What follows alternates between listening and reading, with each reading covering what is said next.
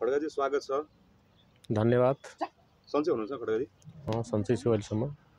आज हामी खास हजुरलाई निम्तनको विशेष कारण भनेको एउटा सुब्बा देउरालीको मन्दिर जो अहिले र पहिले पनि धेरै चर्चामा थियो र एकदमै श्रद्धालुहरूको श्रद्धाको केन्द्र बनेको थियो।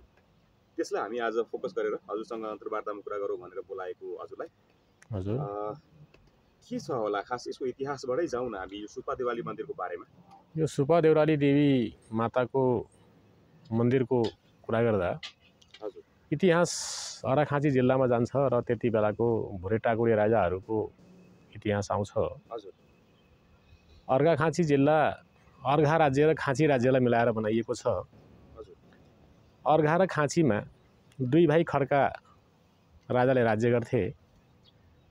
अर्घा र खाँचीको लडाईँ चरम बिन्दुमा पुग्दा दुई भाइको लडाईँ हुँदा अब त्यो राज्यको लडाईँ कसरी मिलाउने भन्ने बारेमा त्यहाँका बुद्धिजीवी भद्रभला आदमीहरूले सम्मेलन गराउँदा त्यो सम्मेलन सन्धि खड्ग भन्ने ठाउँमा राखियो र त्यो अर्घा र खाँचीका दुईवटै राज्यको लडाईँलाई त्यहाँ निम्त्यान्न पारियो र त्यो सन्धि खड्गको नामलाई अपभ्रंश भएर पछाडि सन्धि खड्ग बनाइयो, जो अहिले अर्घाखाँची जिल्लाको जिल्ला सदरमुकाम पर्दछ। त्यो सन्धि खड्गमा खड्काहरूले राज्य गर्थे भन्ने कुरो त्यो इतिहासले पनि त्यहाँ कायम गर्छ। र खाँचीकोट खाँचीको राज्य जो थियो, खाँचीकोटका राजा राज्य गर्थे। त्यो खाँचीकोटका राजाको छोरा राजकुमारलाई विवाह गराउने क्रममा खुम्चीकोट भन्ने ठाउँ पर्छ त्यहाँ। त्यो खुम्चीकोट भन्ने अहिले सिद्धगङ्गा नगरपालिकाभित्र पर्दछ। त्यो खुम्चीकोटकी राजाकी छोरी राजकुमारीसँग विवाह तय भयो। विवाह गरेर त्यो दुलैनी लिएर आउने क्रममा त्यो ठिक सुब्बा देउरालीको ठाउँमा आइपुग्दा त्यति बेला त्यो बाटो माथिबाट थिएन, तलबाट थियो, भिरको बाटो चढ्नु पर्थ्यो। त्यो ठाउँमा जाँदा त्यहाँ तिनलाई भनिन्छ बाटा हिँड्ने बटुइहरू या त्यति बेलाको भाषामा हाट बजार जाने हटाडीहरू भनिन्छ। उनीहरूले आपसमा कुरा गरे कि यो त खुम्चीकोटकी रानी राजाकी छोरी खाँचीकोटको एउटा गरिब राजाले बिहा गरे र खाँचीकोटमा उनको राम्रो छैन, त्यो राजकुमार पनि ठिक छैनन् भन्ने कुरा उनले गरे। त्यो कुरा यता कता त्यो दुलाइनीलाई त्यो रानीलाई कानमा पर्यो र ठिक त्यो अर्घाखाँचीको त्यो सुब्बा देउरालीमा आइपुग्दा उनले आफ्नो आत्महत्या गरिन्। र डोला बोक्ने डोलेहरू डोला बोकेकै थिए, उनलाई थाहा थिएन। त्यो जहाँनिर अहिले मन्दिर छ त्यहाँनिर अलिकति सम्म परेको चौरिलो दुम्सिलो थियो। त्यहाँ आएर भारी बिसाएर हेर्दा त्यो रानीको मृत्यु भइसकेको थियो। त्यहाँबाट रानीको त्यो डोलाबाट खुन रगत बगेको थियो। त्यो देखेपछि अब त्यहाँ रानीको मृत्यु नै भयो। विवाह रोकियो, विवाह हुने कुरै भएन। दुलाइनी मरेपछि त्यो डोला त्यहीँ बिसाइयो। त्यसपछि त्यो रानीको दाह संस्कार त्यहाँ गरेर त्यो बरात फर्केर खाँचीकोटमा पुग्यो।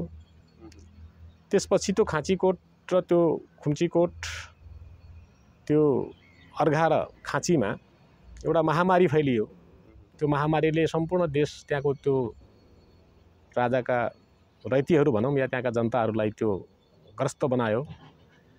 र स्वयं त्यो खाँचीकोटका राजा जो त्यो विवाहमा दुलाहा बनेर गएका थिए उनलाई पनि त्यसले छुयो त्यो रोगले।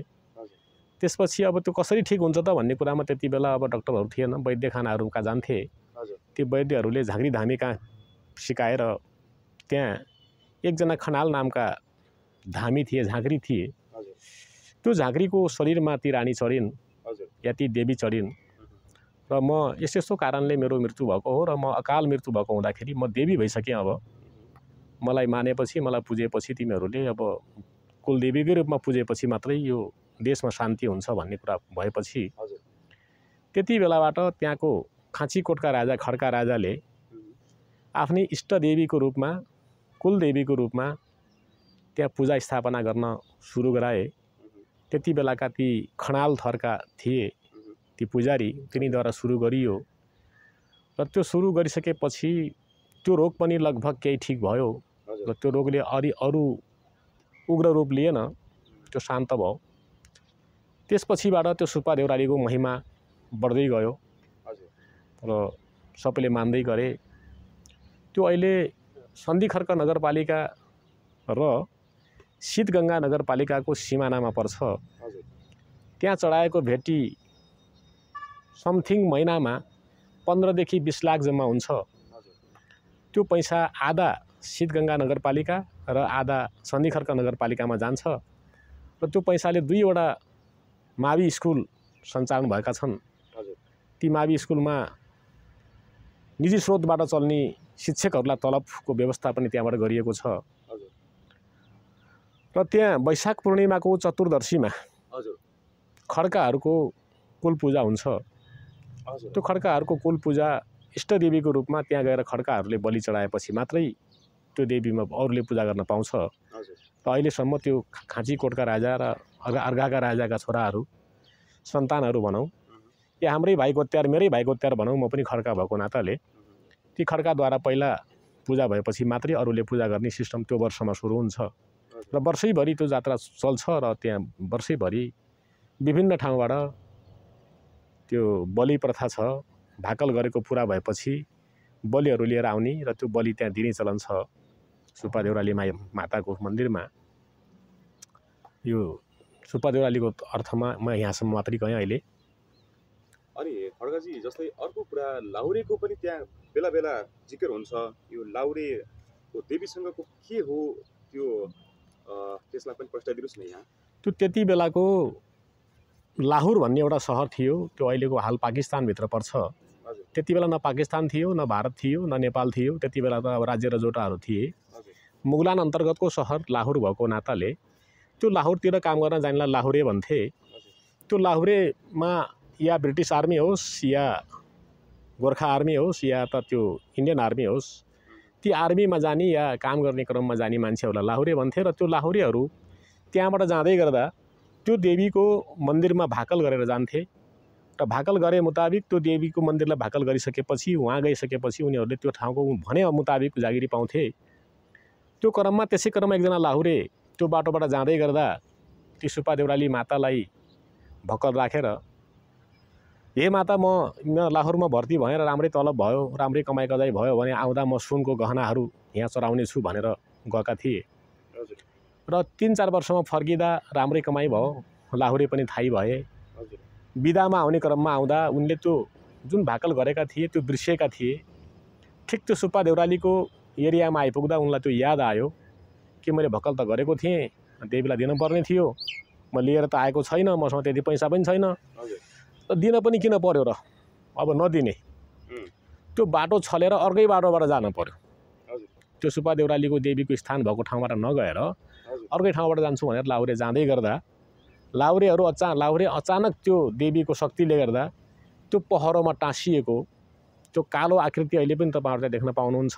हजुर र तल त्यो कालो आकृतिको मुनि लाहुरेको एउटा फोटो अङ्कित एउटा चित्र बनाइएको छ, मूर्ति हजुर ठिक लाहुरे पोजिसनमा उभिएका छन् र माथि त्यस्तै खालको त्यो कालो छाया या परछाया भनौँ त्यो ढुङ्गामा त्यो शिलामा अङ्कित छ।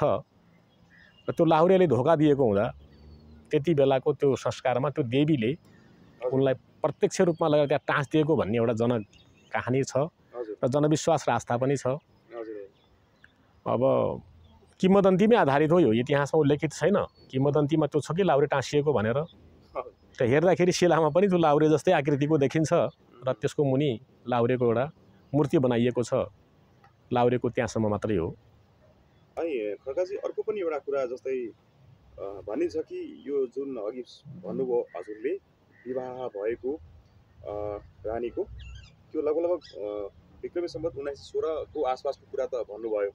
त्यति बेलाको एउटा कुरा मैले बुझेन, जस्तै त्यतिखेर भारतको बलरामपुरको यसमा के सम्बन्ध छ?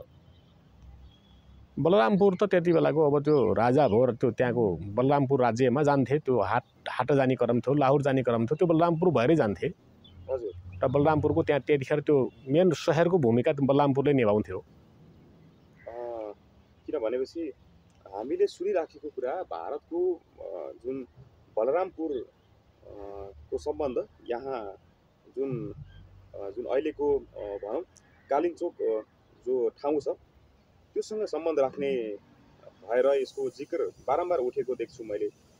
र अर्को कुरा अर्घाखाँचीको यो सुब्बा देउरालीको नाम सुब्बा देउराली कसरी पर्न गयो होला खड्काजी? यस्तो छ, त्यो जो त्यति बेला सुपा भनेर भनिन्थ्यो त्यो नाङ्लोलाई। हजुर। त्यो नाङ्लोको पनि एउटा त नाङ्लो गोल खालको हुन्थ्यो, एउटा नाङ्लो कस्तो हुन्थ्यो भन्दाखेरि चारकुने खालको हुन्थ्यो। हजुर। त्यो चारकुने खालको नाङ्लोलाई पनि सुपा भन्ने भनिन्थ्यो, सुपो भन्ने चलन थियो हाम्रो प्रापूर्वकालमा। हजुर हजुर। त्यो जुन लाहुरे टाँसिएको पहर छ, त्यो पहरो छ, त्यो पहरोमा सुपाको आकृति छ, त्यो जो चारकुने सुपो छ, त्यो चारकुने सुपो बनेको छ। त्यस्तालाई हाम्रो पहाडी भाषामा या हाम्रो लेकाली शब्दमा, हाम्रो गाउँले भाषामा सुपेकुनाको पहर पनि भनिन्छ। त्यो सुपा बनेको पहरोमा र त्यस ठाउँबाटै छिर्ने क्रममा त्यो देउराली भन्ज्याङमा त्यो देवीको स्थापना भएको हुँदाखेरि त्यसको नाम सुब्बा देउराली रहन गएको होला भन्ने म मान्दछु। अनि त्यही ठाउँमा त्यो मन्दिर स्थापना हुनुको कारण के होला? त्यो कारण त्यहाँ पहिला देवी देउराली थिए। देवीमा त्यो मन्दिरमा त्यो देवीको त्यो डाँडोमा एउटा भन्ज्याङबाट अर्को भन्ज्याङ जाने क्रममा क्रसिङ हुन्छ जानेरी, त्यहाँनेरि कुनै आस्था हुन्छ या डाँडेको देवी देउराली भन्ने एउटा गीत पनि छ। त्यो देवी देउरालीलाई धार धुप या फुलमाला फुलपाती दिएर गइन्छ। त्यो क्रम त त्यो प्रापूर्वकालमै थियो त्यहाँ। त्यो रानी त त्यहाँ पछाडि जोडिएको हो र त्यो रानी जोडिनुभन्दा पहिला त्यो लाहुरे टाँसिएको हो। लाहुरेको कहानी त पहिला हो, रानी त त्यसपछि विवाह भएको। अब त्यो देउरालीमा त्यो पाती चढाउने फुल चढाउने क्रम त थियो नै। अब त्यो हुने ठाउँमै त्यस्तो किसिमको रानीको त्यहाँ मृत्यु अकस्मात भइदिएपछि र त्यो रानीको त्यो आत्मा पनि त्यो देवीमा गएर विलयन भएको हुँदाखेरि मात्रै त्यहाँ फेरि रानी पनि त्यहाँ जोडिएको हो। र रानी जोडिएपछि त्यहाँ के जोडियो भन्दा त्यति बेलाको विवाह गर्ने खड्का राजा जोडिए। त्यो खड्का राजाको पनि सम्बन्ध भएको हुँदाखेरि खड्काको इष्टदेवी कुलदेवी त्यहाँ तिनी भइन्। ती खड्काहरू पनि मलाई लाग्छ जहाँसम्म ती पुवार वंशका खड्काहरू थिए। ती पुवार खड्काहरू त्यो त्यहाँ आउने क्रममा त्यहाँको राजाहरू राज्य रजौटाहरू बाँडिने क्रममा त्यति बेला अर्घाखाँचीको राज्य पुवार खड्काहरूको भागमा पर्यो र ती पुवार खड्काकै सन्ततिहरूद्वारा अहिले पनि त्यहाँ कुल पूजा गरिन्छ र हाम्री इष्टदेवी हुन् भनेर भन्दा पनि फरक पर्दैन। खड्काहरूको नेपालभरिमा अथवा जहाँ पनि समूह छ उहाँहरूको कुलदेवीको लागि भनेर भन्दा फरक नपर्ला। यस्तो छ, अब त्यो प्रत्येक जिल्लाका प्रत्येक ठाउँका त्यति बेलाका राजाका रजौटाका अब देवीका नाम फरक फरक थिए। जस्तो बागलुङमा बागलुङ कालिका देवीलाई पुज्ने खड्काहरूले पुज्नुहुन्छ। जस्तै अर्घाखाँचीमा अर्घाखाँचीका ती अर्घा र खाँचीका खड्काहरूले सुब्बा देउराली मातालाई इष्टदेवीको रूपमा पुज्नुहुन्छ। त्यस्तै रुकुम र सल्यानका खड्काहरूले हाम्रो खैराबाङ देवीलाई भुवनेश्वरीलाई हामी इष्टदेवीको रूपमा पुज्छौँ। देवी भनेको कुनै न कुनै शक्तिपीठ हो र शक्तिपीठ खड्काहरूसँग शक्तिसँग त्यो जोडिएको हुन्छ। त्यस कारणले पनि खड्काहरूको त्यो आस्थाको केन्द्र रहेको हुनुपर्छ भन्ने म मान्दछु। सुब्बा देउरालीको खड्काजी खास स्थापना अथवा त्यो ठाउँको जुन उत्पत्ति कहिले भएको होला, अनुमानित समय केही छ यसमा? त्यो अब इतिहास त्यो किम्वदन्तीमा आउँदाखेरि त त्यो रानीको पालादेखि मात्रै त्यहाँ अलिकति मन्दिर जस्तो व्यवस्थापन भएको देखिन्छ। त्योभन्दा पहिला त त्यो डाँडोमा भन्ज्याङ क्रस गर्ने बेलामा त्यो फुलपाती दिने क्रम त प्रापूर्वकालदेखि नै थियो। त्यो लगभग हामी सत्ययुगदेखि त्यसलाई मान्न सक्छौँ। त्यो मान्छे जब मान्छे त्यहाँ आयो, त्यो अर्घाखाँचीमा मान्छे आयो र त्यो मान्छे जाने क्रममा तलतिर जाने क्रममा मुगलानतिर जाने क्रममा त्यो बाटो क्रस गर्ने क्रम भयो। त्यति बेलादेखि त्यो शिला स्थापना भयो। त्यो शिलालाई त्यहाँ पूजा गर्ने चलन त भयो। त्यसपछि जहाँनिर मन्दिरको स्थापना जब बढ्ने क्रम भयो, त्यहाँनिर खाँचीकोटका राजा र त्यो खुम्चीकोटका राजाको सम्बन्ध सुरु भयो। त्यसपछि त्यो रानीको मृत्यु पश्चात त्यहाँ चाहिँ नि अब त्यो मन्दिरको व्यवस्थापन बढ्दै गयो र त्यसपछि आस्था पनि बढ्दै गयो। अनि अब हामी प्रोग्रामको अन्तिमतिर छौँ खड्काजी। सुब्बा देउराली को बारेमा त हामीले धेरै कुरा सुन्यौँ बुझ्यौँ। यसको आस्था र चमत्कारको बारेमा पनि केही बुझौँ न, केही उदाहरणहरू छन् भने? चमत्कारमा यस्तो छ, त्यहाँनिर गएर भक्कल माग्यो भने प्राय गरेर त्यहाँ लाहुरेकै कुरा आउँछन्। इन्डिया जाने मान्छेहरू, लाहुर जाने मान्छेहरूले त्यहाँनिर मागेर गएपछि उनीहरूको मनोकामना पुरा हुन्छ भन्ने चलन छ। र अब त्यति बेलाको अर्घाखाँचीका राजा थिए जो खड्का राजाहरू, तिनीहरूलाई त्यहाँ आक्रमण हुने यस्तो भयो भने त्यो देवीलाई पूजा गर्न गयो भने उनको राज्यमा आक्रमण हुँदैन थियो। त्यो राज्यमा कुनै दैवीय प्रकोप घटना घट्दैन थियो। अब त्यो राज्यलाई बचाउने क्रममा त्यो देवीको प्रमुख हात थियो भन्ने कुरो त्यो किंवदन्तीमा उल्लेखित छ। र त्यो अर्घाखाँची राज्य कस्तो मानिन्छ भने एउटा दुर्गम बाटोबाट हुँदै भित्र गएको एउटा सानो पहाडी भूगोलमा हजुर यस्तो बनेको जिल्ला छ त्यो अर्घाखाँची, जसको 42वटा गाविस थियो पहिला। सबभन्दा नेपालमै सबभन्दा पहिला 42 गाविसको कार्यालयसम्मलाई मोटर बाटो र वडा कार्यालयसम्मलाई घोरेटो बाटो पुगेको जिल्ला भनेकै नेपालको प्रथम जिल्ला हो। हजुर त्यो दुर्गम भेगमा गएर सुगम जिल्ला छ। त्यो जिल्लालाई त्यति बेलाको देवीको हातले गर्दा, देवीको त्यो आशीर्वादले गर्दा त्यो जिल्लाको मान्छेहरूलाई कहिले पनि भुगमारीमा बस्नु परेन। हजुर त्यो जिल्लाको मान्छेलाई नुन र तेल बाहेक अन्य देशबाट केही चिज ल्याएर आउनु परेन। हजुर त्यो देश आर्थिक, त्यो जिल्ला, त्यो देश आर्थिक दृष्टिकोणले पनि सम्पन्न भएको बुझिन्छ किंवदन्ती अनुसार। हजुर त्यसमा सबै त्यो देवी सुब्बा देउरालीको माताको हात थियो या आशीर्वाद थियो भन्न मिल्दछ भन्ने म ठान्दछु।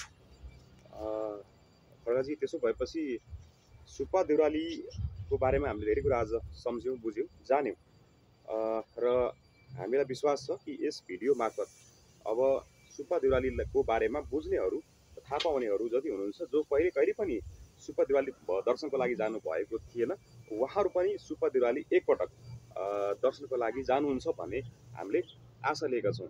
र खड्गाजी, यहाँले आज आफ्नो महत्त्वपूर्ण समय दिई यस सुब्बा देउराली मन्दिरको बारेमा जुन व्याख्या गरिदिनु भयो यहाँ, त्यसको लागि हामी हृदयदेखि धन्यवाद व्यक्त गर्दछौँ। र आउने एपिसोडमा पनि यसरी हामीलाई सपोर्ट गर्नुहुनेछ र फेरि पनि हामीले कुनै तीर्थ धर्म, कुनै पनि धार्मिक स्थलको बारेमा बुझ्नु पर्यो भने यहाँको शरणमा आउनेछौँ। तबसम्मको लागि खड्गाजी हामीलाई आज्ञा दिनुहोस्। धन्यवाद। धन्यवाद, नमस्कार।